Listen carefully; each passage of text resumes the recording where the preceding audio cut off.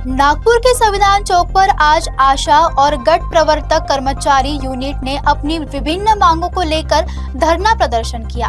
कर्मचारियों ने सरकार के खिलाफ नारेबाजी करते हुए मानदेय वृद्धि, सरकारी दर्जा और अन्य सुविधाओं की मांग उठाई है। नागपुर में आशा और गट प्रवर्तक कर्मचारी यूनिट की जिला शाखा के नेतृत्व में संविधान चौक पर धरना आंदोलन किया गया। प्रदर्शन के दौरान कर्मचारियों ने सरकार के खिलाफ जोरदार नारेबाजी कर अपनी मांगों की ओर ध्यान आकर्षित किया।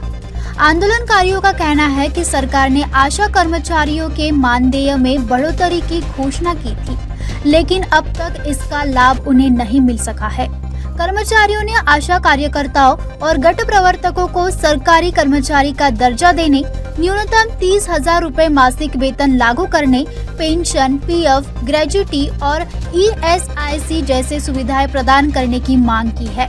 साथ ही कोरोना काल के 23 महीने का प्रोत्साहन मानधन तुरंत देने और BLO से संबंधित अतिरिक्त कार्य बंद करने की मांग भी उठाई गई है। गाव पातळीवर आरोग्याचा कणा म्हणून आशा वर्कर यांना बघितलं जातं। खरं तर प्राथमिक आरोग्य केंद्र आणि तालुक्याचे जे आरोग्य केंद्र या ठिकाणी मोठ्या संख्येने या आशा वर्कर गाव पातळीवर काम करतात आणि त्यांच्या माध्यमातून खऱ्या अर्थानं सरकारला चांगल्या पद्धतीने आरोग्य यंत्रणेत काम करता येतं। मात्र नागपूरच्या संविधान चौकामध्ये आशा वर्कर मोठ्या संख्येने आले आहे आणि काळ्या साड्या घालून, काळा ड्रेस घालून या आशा वर्करांनी आंदोलन सुरू केले आहे। नेमकं यांची मागणी काय आहे हे आपण समजून घेऊया। आज आंदोलन करावे लागतं, काय प्रमुख मागण्या आहे? आमची प्रमुख मागणी म्हणजे ही आहे की आशा वर्कर या आरोग्याच्या मुख्य कणा आहेत आणि आरोग्य क्षेत्राशी निगडीत असणारं कोणतंही काम आलं की ते आशा वर्करवर थोपवण्यात येतं। तर कोणती माहिती आरोग्याशी निगडीत अगर असली तर आशा वर्करला बोलावण्यात येतं, त्यांच्याकडून माहिती घेण्यात येतं। BLOचे काम करण्याकरता लोक मिळत नव्हते, त्यांनी जबरदस्ती ज्या क्षेत्राचे काम आशा करत नाही ते जबरदस्ती धमक्या देऊन आशा वर्करवर थोपवण्याचे काम केलेलं आहे। महत्वाचा विषय जो आज काळे कपडे वस्त्र धारण करून जे आशा वर्कर इथे आलेले आहेत हे संपूर्ण देशभर आज आंदोलन चालू आहे। 15 मार्च रोजी देशाचे आरोग्य मंत्री JP नड्डा यांनी 1500 रुपयाची वाढ करण्याची घोषणा केली होती, परंतु त्याची अंमलबजावणी आतापर्यंत केलेली नाहीये। त्यामुळे मार्च 2025 पासून सर्व आशा वर्कर यांना 1500 रुपयाची वाढ केंद्र सरकारने द्यावी आणि त्याचबरोबर गटपदकाकरता कोणती वाढ केलेली नव्हती, त्यामुळे गटपदकांना सुद्धा 2000 रुपये देण्यात यावे। आशा वर्कर ह्या आरोग्याच्या महत्वाच्या कणा असल्यामुळे 10 वर्षापासून जे इतर कंत्राटी कर्मचारी काम करत आहेत त्यांना शासकीय कर्मचाऱ्याचा दर्जा देण्यात आला, तर मग त्यामधून आशा वर्कर व गटप्रवर्तकांना का वगळण्यात आलं? तर आशा वर्कर व गटप्रवर्तकांना शासकीय कर्मचाऱ्याचा दर्जा देऊन त्यांना किमान 30,000 रुपये वेतन द्यावं, रिटायरमेंट नंतर 5 लाख रुपये ग्रॅज्युटी व 10,000 रुपये पेन्शन द्यावं। त्याचबरोबर एक प्रमुख मागणी ही आहे की कोरोनाच्या काळामध्ये सर्व घरामध्ये होते, फक्त एकटी आशा बाहेर होती, त्यासोबत डॉक्टर होते, नर्सेस होते, पोलीस कर्मचारी होते आणि तुमच्यासारखे पत्रकार सुद्धा होते। तर शासनाने एक मागणी मान्य केली होती की ग्रामस्तरावर प्रत्येक आशा वर्करला महिन्याचे 1000 रुपये देण्यात यावे, परंतु ते काही ग्रामस्तरावर देण्यात आलेले नाही। त्यामध्ये शहरी आशांना वगळण्यात आलं होतं। त्यामुळे 23 महिन्याच्या शासनावर आमचा निधी बाकी आहे, तर ग्रामीण आशांना जिल्हा परिषदेने 23 महिन्याचे 23,000 रुपये हे देण्यात यावे। त्याचबरोबर शहरी क्षेत्रामध्ये जे आशा वर्कर काम करत आहेत त्यांना सुद्धा हे लागू करावे, त्यांना सुद्धा 23 महिन्याचे 23,000 रुपये शासनाने द्यावे, ही आमची प्रमुख मागणी आहे। मोठ्या संख्येनं आशा वर्कर या ठिकाणी आलेले आहेत। आपण काम करता आहात, काय अडचणी तुम्हाला जात आहे आणि जो मानधन मिळतं ते कमी आहे का? तुम्हाला काय सांगायचं आहे? मानधन जे वाढ केलेली आहे आता एकनाथ शिंदे साहेबांनी 10,000ची वाढ केलेली आहे, पण दर महिन्याला मानधन दिले जात नाही आणि 6-6 महिने मानधन दिले जात नाही।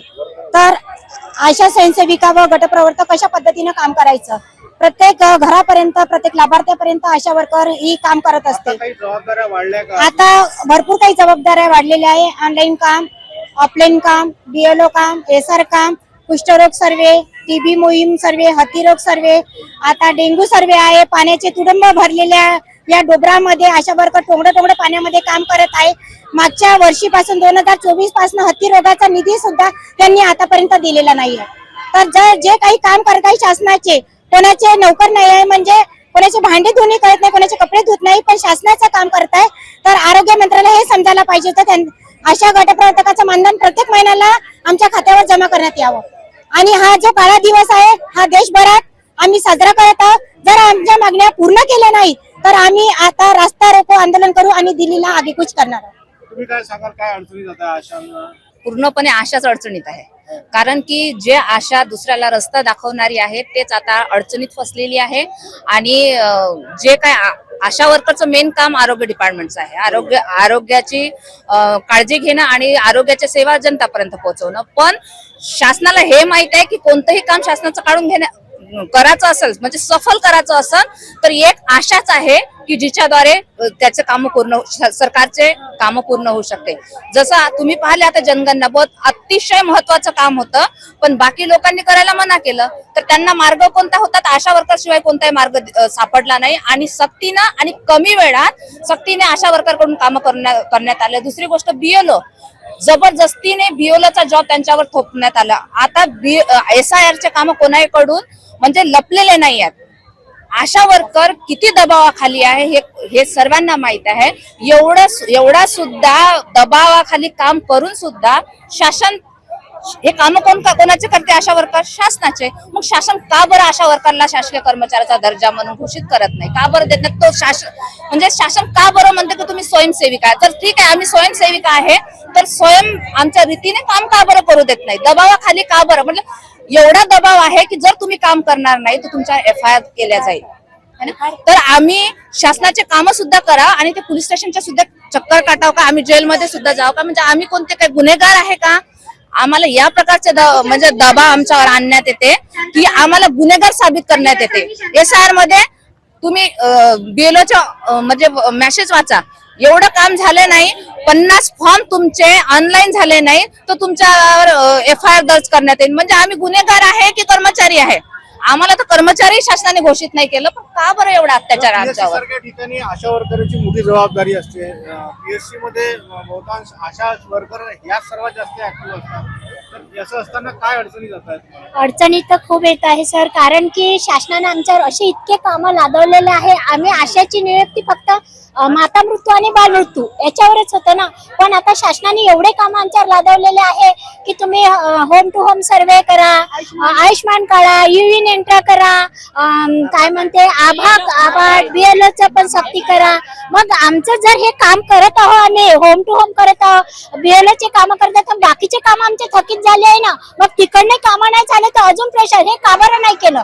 तुम्ही आम्हाला आता तुरंतच आकडा द्या. मग कसा देणार आकडा? मग अशावरच किती जबाबदारी आहे आमच्यावर.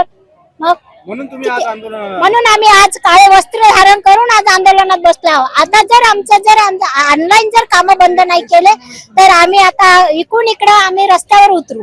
आशा वर्कर या आरोग्याचा कणा आहे. बालमृत्यू आणि महिलांचे मृत्यूचे जे आहे ते कमी करण्याची जबाबदारी या आशा वर्करवर आहे. मात्र आज काय होतंय की आशा वर्कर मोठ्या प्रमाणात सरकारी योजनांचा दबाव वाढलेला आहे. योजना पूर्ण करा आणि त्या टार्गेट पूर्ण करा असं त्यांचं म्हणणं आहे. त्यामुळं ज्या पद्धतीचं हे काम करतात त्यांना त्या पद्धतीचं मानधन मिळत नाही आणि मानधनातही वाढ करावी अशी मागणी या आशा वर्करची आहे.